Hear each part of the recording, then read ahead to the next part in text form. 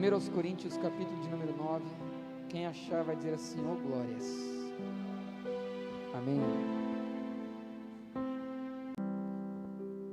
Verso de número 16 diz assim: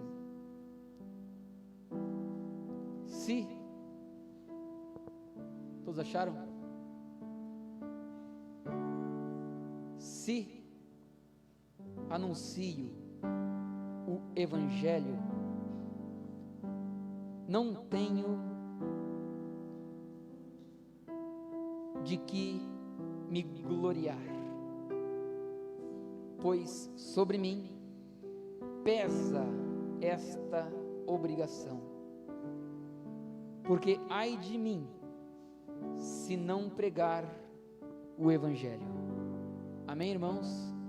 Eu posso ler novamente? Se eu anuncio o Evangelho, não tenho de que me gloriar, pois sobre mim pesa esta obrigação, porque ai de mim se não pregar o Evangelho. Pode se assentar, pode tomar o teu assento. A jovem está de máscara aqui atrás, então vou poder tirar a minha. Bem, queridos,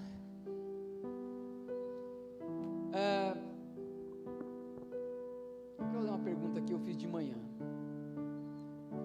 Quantos daqui já teve uma oportunidade de pregar a palavra de Deus? Pastor, eu já tive uma oportunidade. Um dia eu fui numa igreja e ali me deram a oportunidade, disseram: irmão, você está com a oportunidade. E naquele dia, eu trouxe uma meditação, eu trouxe um versículo, eu apenas li um versículo, eu cheguei a fazer isso. Tem alguém dessa maneira? Fique de pé. Eita, Jesus da glória.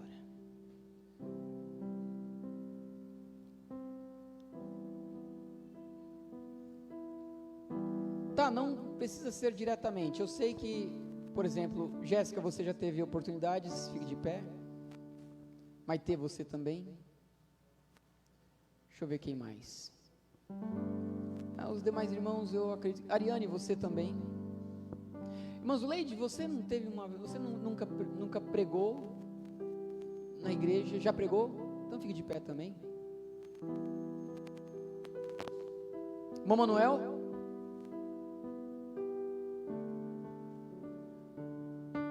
Irmão Edgar, nunca pregou? Nunca trouxe uma mensagem? Domingo que vem.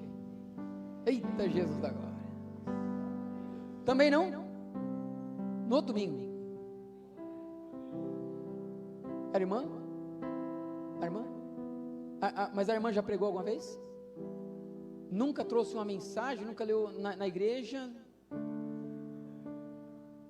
Na tua igreja. Em casa, já fez um culto ali e ministrou em casa? Então acho que foi uma falha minha. Você que já ministrou em casa também. Então fique em pé, irmã. Isso. A irmã também. Na rua, fique em pé. Natália, nunca? Alane, também não? Nem Grazi? Fernando? Também não? Hudson? Pastora Cris também, Pastora Cris. Roger? Fique em pé, Roger.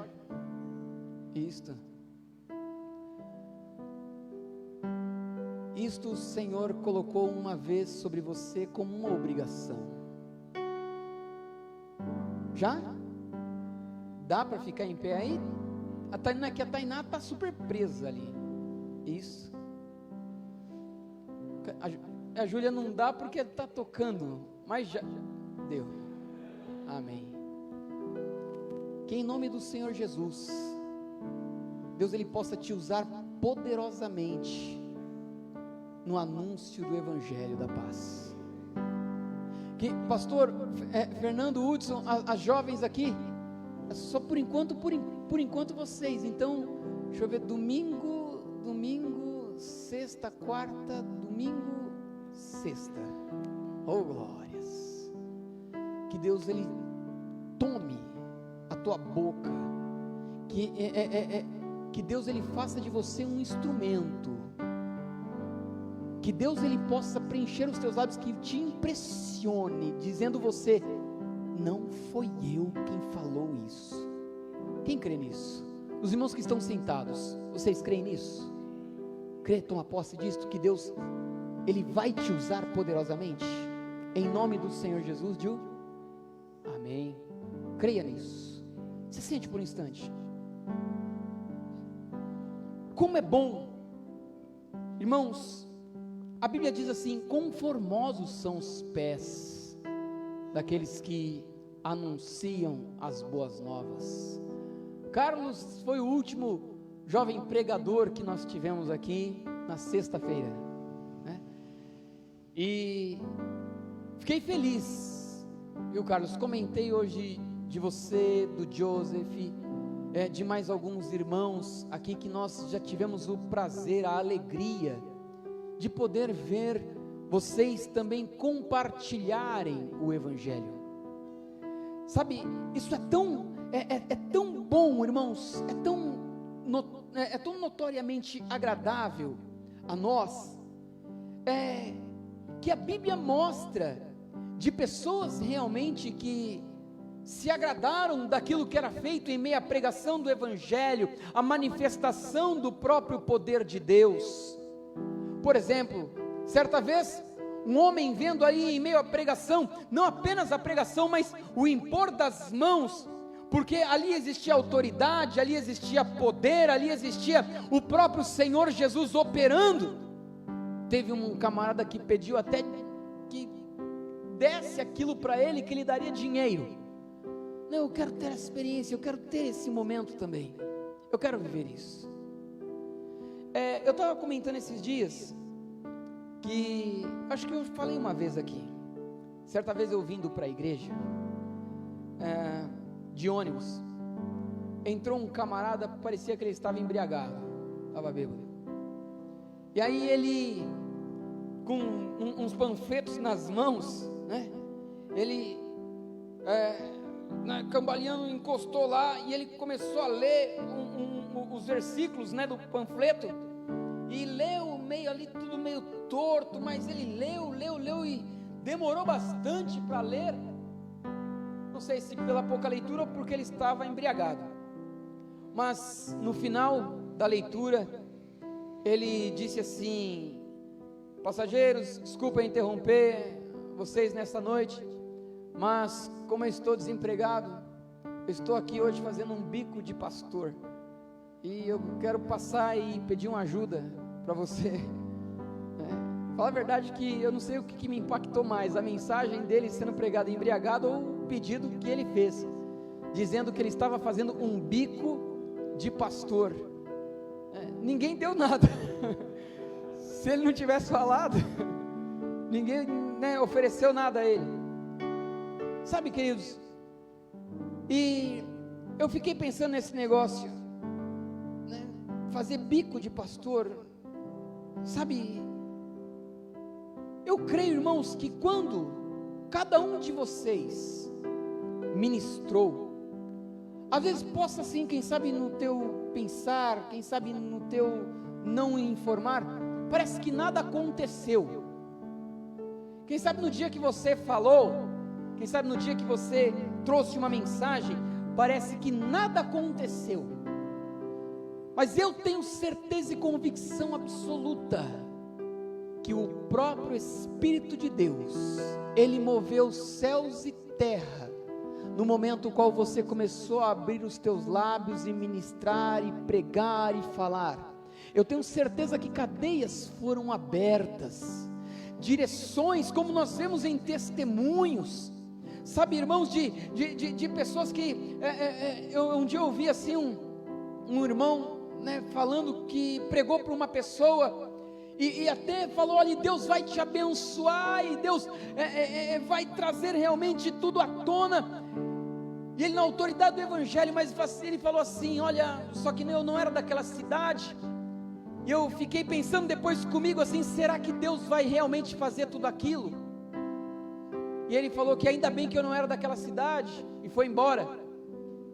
Mas passando tempos, passando alguns anos, ele passando em uma comitiva com outros pastores, decidiram parar em uma lanchonete, e quando eles estão lá almoçando, vem uma pessoa servir, um garçom servir, ele olha para aquele homem e diz: ei, você uma vez, você lembra de mim? Está lembrado de mim? Não estou lembrado. Ele assustou assim: eu sou uma pessoa ao qual você orou, você falou de Jesus para mim, e você disse que Deus ia fazer assim, assim, assado. E olha, eu vou contar para você, lembra o meu matrimônio? Então, Deus restaurou. Lembra o que eu falei para você, e você profetizou, e você pregou para mim andar nos caminhos do Senhor? Então, aconteceu. Eu achei interessante que o próprio cidadão que pregou, falou, ele meio que desacreditou, mas Deus honrou, e melhor ainda, Deus fez com que ele voltasse àquele lugar e visse o operar dele na vida daquele ao qual recebeu a mensagem. Queridos, hoje nós observamos que a palavra de Deus, quando ela é enviada, quando ela é traga aos corações, alguma coisa sempre vai acontecer, algo realmente vai ser de algo, eu posso dizer assim, transformador. E eu vou perguntar aqui, quantos já tiveram essa experiência, pastor? Eu já tive essa experiência, é maravilhosa, né?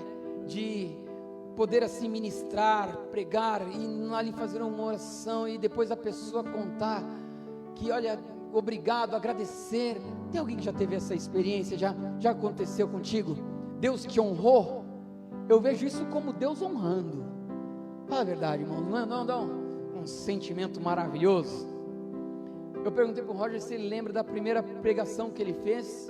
O Roger comentou assim que lembra. Eu também lembro a minha primeira mensagem, que eu já comentei com os irmãos, que era num culto da tarde, que eu levei quase 3 horas de pregação. Os irmãos já estavam derretendo no banco, tipo assim, o pastor na época, ele chegou depois da tarde, ele escreveu um bilhete, e falou assim, entrega lá para ele. Aí o pastor escreveu no bilhete: Elton, termina a pregação. Eu não terminava. Tá bom, eu preguei sobre Noé. Eu lembro que na pregação eu chamei Noé até de Moisés. Mas um dos momentos mais satisfatórios, que no final da pregação, eu fiz um apelo por quem gostaria de entregar a sua vida para Jesus. E aí, o irmão Hermenegildo, ele aceitou Jesus. O irmãozinho que sempre quando chegava de bonezinho, ele era carequinha, pequenininho. Aí ele chegava na portinha da igreja, eu lembro até hoje, tirava o bonezinho, colocava aqui, sentava, se tornou um membro fiel daquela casa de oração. E o que glorificou esse momento foi que este ano eu soube que Deus recolheu o irmão Hermenegildo. Deus tomou o irmão Hermenegildo para ele. E a esposa chegou dizendo: pastor, eu lembro daquele dia, eu não sei se eu era líder da mocidade, eu acho que era líder da mocidade na época, estava iniciando como obreiro,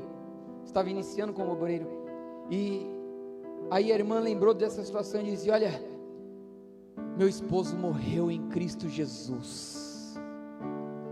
Sabe aquela sensação que, Senhor da glória, como é bom isso, irmãos, como é bom pregar o evangelho da salvação. Um pastor Luiz Tadeu, esses dias, estava lendo um comentário dele, onde uma pessoa disse assim para ele: pastor, o que é mais complicado para você? Pastorear uma igreja que está iniciando tudo do zero, não tem, grupos, igreja do zero. O que é mais difícil? Uma igreja do zero? Ou o que é mais difícil você já pegar uma igreja pronta e já pastorear com tudo formado? O que é mais complicado? Aí o pastor foi sábio em dizer: o mais complicado é pastorear. O difícil é pastorear. Queridos, hoje nós temos que entender uma coisa. Estamos vivendo em um tempo que nunca se falou tanto da palavra de Deus. Nunca se teve tantas igrejas, nunca se teve tantas ideias, tantas vertentes, tantos segmentos a ser colocados sobre o cristianismo. Sabe, e hoje nós temos que ter um cuidado muito grande sobre o que pregamos, como falamos, para que não venha as nossas ideias, para que venha o que eu acho que torne-se o evangelho da salvação. Porque a Bíblia diz: para quem mais é dado, muito mais será cobrado. Então, se hoje, por exemplo, nós aqui estamos neste desejo, neste afã de pregar, de ganhar almas, irmãos, nós temos que entender primeiramente que não é apenas o pregar. Se você um dia ficou maravilhado por pregar, eu digo para você que isto é a cereja do bolo, esta é a melhor parte. Porque hoje o que nós temos que ter de maior preocupação é como se encontram as almas, como que está a vida. Hoje nós temos tanta oferta, nós temos tanta oportunidade em tantos lugares, que, irmãos, pessoas muitas vezes elas se tornam aqueles garimpeiros eu posso dizer, cavou aqui, não deu, só deu uma pedrinha, vai para lá agora vai cavar para ver se acha uma pepita maior. Mas temos que entender que a pregação do evangelho, antes de tudo, ela tem que produzir frutos, não em quem está ouvindo, para quem você está falando, mas a pregação do evangelho, ela tem que produzir frutos, primeiramente, em você mesmo. Nós vivemos em um tempo de que a pregação do evangelho, ela tem se tornado tão atrativa, não pelos frutos, mas, digamos assim, eu estava falando que ontem eu estava preparando essa mensagem e eu escrevi, isso aqui eu vou ter que ler para os irmãos. O quão pessoas ficam tão boquiabertas com a pregação do evangelho, ou seja, simplesmente pela eloquência. Qual é o nome, Roger, que você havia comentado, para eu não errar novamente? Como pode assim, quando você apresenta a mensagem, você tem eloquência, você tem uma homilética, não, é retórica, uma boa retórica. Sabe, e pregar o evangelho, irmãos, não se baseia em boas retóricas, em ser uma pessoa persuasiva. Por exemplo, você já, eu ouvi, às vezes não, sempre quando termina o culto, eu vou lá e assisto novamente. Eu cheguei à conclusão, é incrível, como para mim, a minha voz, ela tem uma entonação tão diferente de quando eu assisto. Não sei se é assim com os irmãos também. A minha voz, quando eu ouço ela numa gravação, eu falo assim, essa é minha voz? Que voz feia. Acho que minha voz parece meio irritante. Irmãos, e principalmente quando eu vou dar uns gritos aqui, mas Deus, e misericórdia, eu falo assim, nossa, eu tenho que melhorar minha voz. Não é a mesma coisa. Mas você já viu, irmã Eva, uma pessoa que tem uma voz aveludada, pregando, né? Uma voz limpa, clara, uma voz que te prende. Hoje, infelizmente, dos problemas que enfrentamos, é exatamente, eu creio que certos presentes que Deus nos concede, que tapa, que esconde aquilo que tem que aparecer. O que tem que aparecer? Frutos, frutos de mim, do meu ser. E muitas das vezes eu posso ser assim, essa retórica, esta eloquência, este tom de voz aveludado. Irmãos, isso cativa pessoas. Sabe, eu fico pensando para comigo assim, eu vou ler, tá? Muitos ficam boquiabertos pela eloquência, pelo tom de voz, ou pelo fervor. Não, eu gosto que quando o pastor vai lá e prega, e fala, e ele manda fogo, eu gosto do fervor da coisa. Sim, isto tudo é dádiva divina. Isso tudo eu creio, irmãos, que uma pessoa que entende, uma pessoa que tem conhecimento espiritual e teológico, isto é dádiva dos céus. Uma pessoa que tem dons espirituais, capacidades. Eu fico impressionado, irmãos, com irmãos que eu comentei hoje, que realmente guarda quase a Bíblia inteira. A pastora Cris falou que existe curso, tá? Para quem tem dificuldade de guardar capítulos, versículos, essas coisas, existe curso para quem deseja ter uma memória melhor. Eu acredito que vou ser já um destes, que isso é bom, isso é necessário, isso é muito necessário para conosco. Mas, queridos, ao mesmo tempo nós observamos que até os dons, eu quero dizer para você, Deus, eu tenho certeza, Ele vai levantar grandes homens e mulheres que pregam a palavra aqui. Pastor, eu quero ser usado por Deus. Ergue a tua mão bem alto assim. Eu quero ser usado por Deus. Então recebe em nome do Senhor Jesus Cristo. Que Deus derrame dons poderosos sobre a tua vida em o nome do Senhor Jesus Cristo. Irmãos, pastor, eu quero pregar a palavra do Senhor. Recebe isto porque vem dos céus. A Bíblia diz: não, nada podeis receber se dos céus não for vos dado. Mas lembra de uma coisa: nenhum dos maiores dons que hoje nós temos, que nós buscamos, os melhores dons, eles não podem ofuscar, eles não podem bloquear, camuflar o que verdadeiramente nos traz a salvação em Cristo Jesus, que são os frutos do Espírito Santo de Deus. Pastor, nós vamos falar dos frutos? Não vamos. Esses dias, não lembro, Ralph, qual foi o estudo bíblico que foi falado sobre os dons do Espírito Santo, mas se você procurar lá, você vai achar que existe um estudo nosso aqui também, que fizemos em uma dada oportunidade, sobre os dons do Espírito de Deus. Uma coisa que nós temos que ter consciência apenas, é que por mais que eu pregue, um dia eu arrisquei fazer uma conta de quantas mensagens eu pregava em um mês.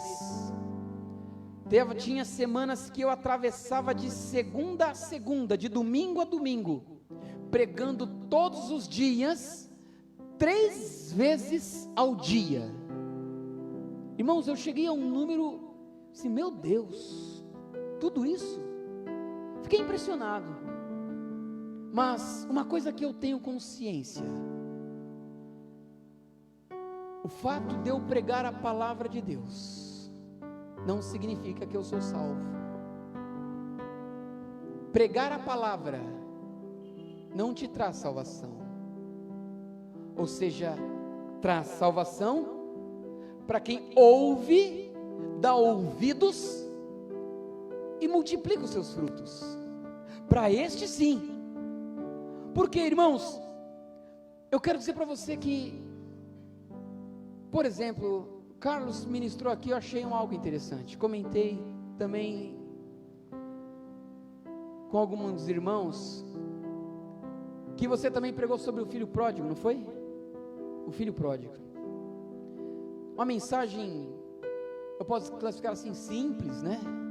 Boa, que eu tenho certeza que fala ao coração de qualquer pessoa que quer se achegar a um pai, que quer realmente ser recompensado, ser cuidado. Mas teve um dado momento da mensagem que eu estava pensando, é isto: qual é a melhor mensagem que você pode pregar, irmãos? Qual a principal mensagem que Deus entregou para você? Qual a principal mensagem do Evangelho que Deus quer que você fale com a tua boca? Sabe qual? Você mesmo. Você é uma mensagem da parte de Deus. A maior pregação do Evangelho é a tua própria vida. Por mais que você tenha conhecimento, por mais que você tenha todo um preparar, nunca vai existir algo maior do que o teu convívio com Cristo. Eu quero só, para nós terminarmos, eu falei para os jovens, nós vamos louvar, mas hoje, como seria um culto de louvor, seria um culto mais de entregas do que nós fizemos também durante todos esses dias, mas eu falei para eles, só 15 minutos, deu só 10 ainda, ou não? Não? Ainda bem que eu não vi. Mas abra sua Bíblia por gentileza, no livro de Marcos, capítulo de número 5.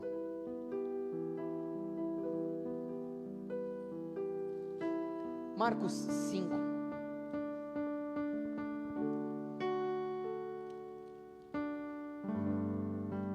Eu quero ler com os irmãos o verso de número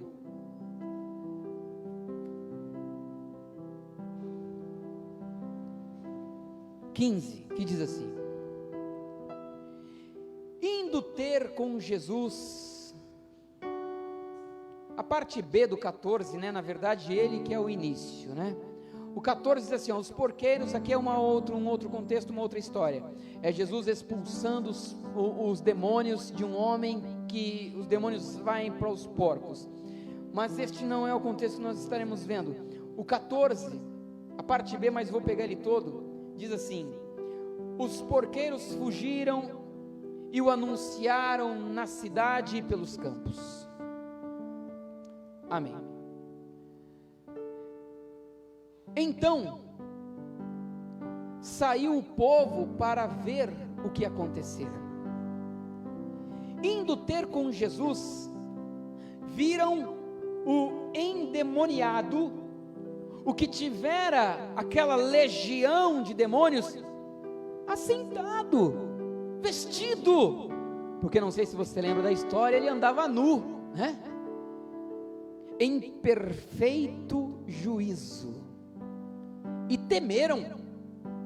Verso 16 diz assim: os que haviam presenciado os fatos contaram-lhe o que acontecera ao endemoniado acerca dos seus porcos. Verso 17 diz: e entraram e rogaram-lhe que se retirasse da terra deles. Ao entrar Jesus no barco, suplicava-lhe o que fora endemoniado que o deixasse estar com ele. Não sei se você lembra dessa parte dessa história. Só para resumir, Jesus expulsou os demônios do rapaz, os demônios saíram, foi para os porcos, e aí os porqueiros foram para a cidade, falaram tudo o que aconteceu. Os da cidade chegou e perguntou para Jesus o que aconteceu, e viu lá o camarada que estava endemoniado, curado, liberto, vestido, e eles pediram: ei Jesus, vai embora daqui, vai embora, porque nós estamos aterrorizados com isso. Aí o camarada que foi liberto, ele que agora estava são, ele implora para Jesus: Jesus, deixa eu ir contigo. Ele está pedindo para ser um discípulo. Verso 19 diz: Jesus, porém, não lhe permitiu, mas ordenou-lhe. O que lhe ordenou? Vai, volta para a tua casa, para os teus, e anuncia-lhes tudo o que o Senhor te fez, e como teve compaixão de ti. Então ele foi e começou a proclamar em Decápolis tudo o que Jesus lhe fizera, e todos se admiraram. Ou seja, ele não, sabe o que é interessante? Ele não chegou dizendo: olha, eu conheci um homem que ele curou uma outra pessoa. Não. Jesus diz: volta, e você mesmo começa a dizer o que Deus fez para você.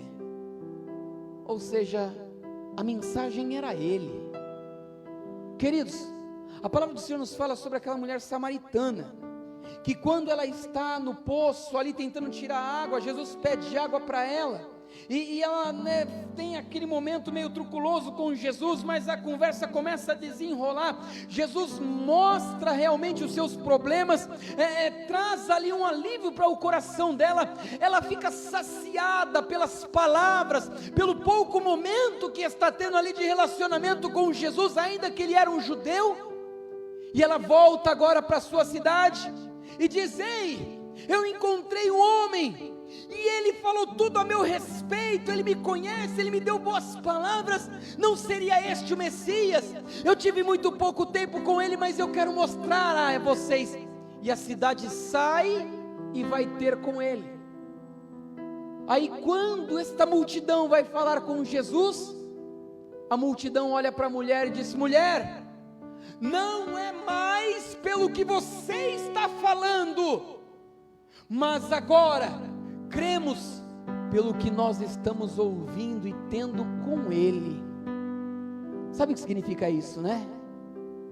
Ou seja, queridos, é a tua experiência, com Deus que vai fazer com que a tua mensagem venha fluir aos corações daqueles que necessitam.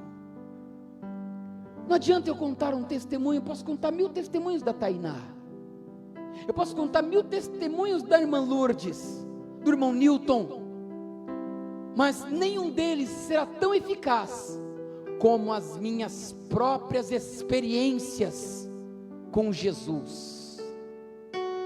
Agora a pergunta é: que tipo de experiência você está tendo com o Senhor Jesus Cristo? Deus, Ele quer te usar. Pastor, eu não sei pregar.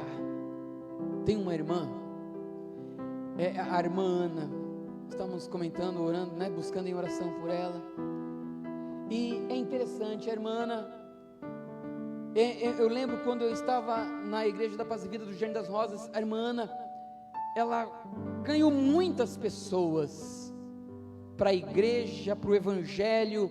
As pessoas sempre chamavam a irmã Ana, e creio que vão continuar chamando. Eu creio que ela deve estar nos ouvindo, e ela sempre falava que não sabia pregar, tinha um medo de pregar.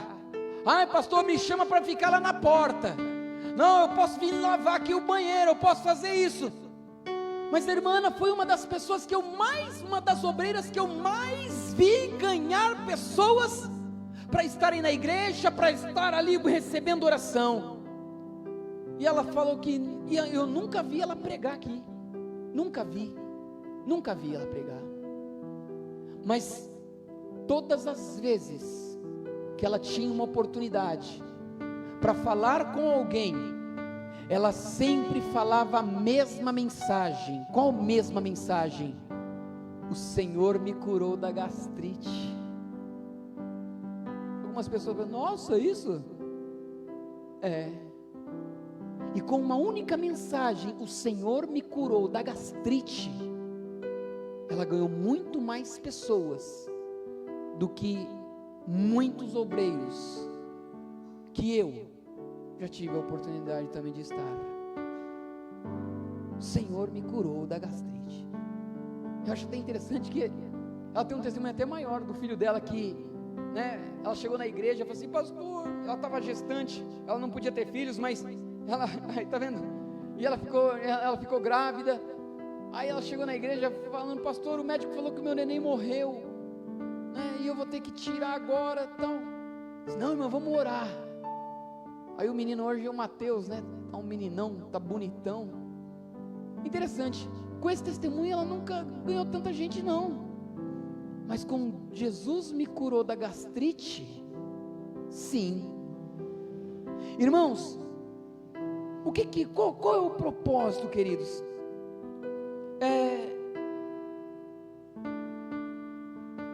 Apenas, eu posso dizer assim, a nossa missão hoje é apenas uma: que nós sim venhamos a pregar o Evangelho, que nós venhamos realmente a trazer as boas novas. Sabe por quê? Irmãos, preste atenção, todos os louvores que nós entoamos aqui, são louvores anunciando: Jesus está voltando, Jesus está chegando, Ele te ama, Ele quer te defender, Ele tem algo para você. Por que dar resistência?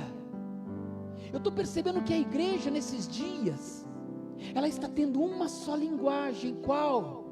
Te prepara, ó Israel, para te encontrar com o teu Senhor nas nuvens. É uma única mensagem, irmãos, que nós estamos conseguindo falar nesses dias. Que pessoas estão pranteando, pessoas estão preocupadas, pessoas não sabem qual vai ser o seu amanhã. A Bíblia mostra qual é o meu amanhã. A palavra do Senhor nos mostra o que é o nosso amanhã. É em eternamente estar em Cristo Jesus. Eu não sei você, irmão, irmã, mas eu quero simplesmente terminar com a mensagem assim: é tempo da igreja se levantar para pregar o Evangelho. Mas cuidado, preste bem atenção, terminamos a mensagem. O Evangelho, ele açoita. O Evangelho, ele traz coisas que você não quer ouvir, vão te confrontar, vão te desentortar meio que na marra. Não adianta eu querer florir o Evangelho e querer adaptar o Evangelho. Não, isso aqui não tem nada a ver, não, isso aqui não tem nada a ver, isso aqui não tem nada a ver. Onde um monte de pastores, agora eu vi hoje padre, né? Padre induzindo jovens a se tatuarem, irmãos, a dizer que não, isso tem nada a ver, não, Jesus, você pode tratar dessa maneira. Não, filhão, não mesmo, não tem conversa. A Bíblia diz que não há espaço para mornidão, ou para que nós venhamos ficar em cima de muro. O Evangelho é único, ele é reto. Ou nós seguimos, ou então não perdemos tempo, irmãos. Vamos curtir o que vem no mundo, mas sabendo que pouco tempo lhe resta. Jesus está voltando, pode ter certeza absoluta. Hoje você não está vendo aqui o pastor com um terno, uma gravata, mas irmãos, o que eu peço é que quando o Senhor nos recolher, se assim estivermos ainda a esse tempo, nós possamos também dizer: combatemos o bom combate, encerramos apenas a carreira neste que é denominado o pior tempo para se viver. O pior tempo para se viver é hoje. Então te prepara, porque não é só pregar o Evangelho, não é só anunciar, é dar frutos. Só para terminar, Moisés, ele quando viu que o povo tinha pecado e Deus falou assim: Moisés, eu vou fazer de você uma grande nação. Sabe o que Moisés falou? Deus, perdoa eles. Olha, se o Senhor não for perdoar eles, risca o meu nome do teu livro. Sabe o que significa isso? Amor pelas almas. Amor pelas almas. Se você tiver amor pelas almas, você vai, com certeza, chegar em momentos que você vai se constrangir em você mesmo, mas a palavra do Senhor, a vontade do Senhor vai ser plena sobre vós.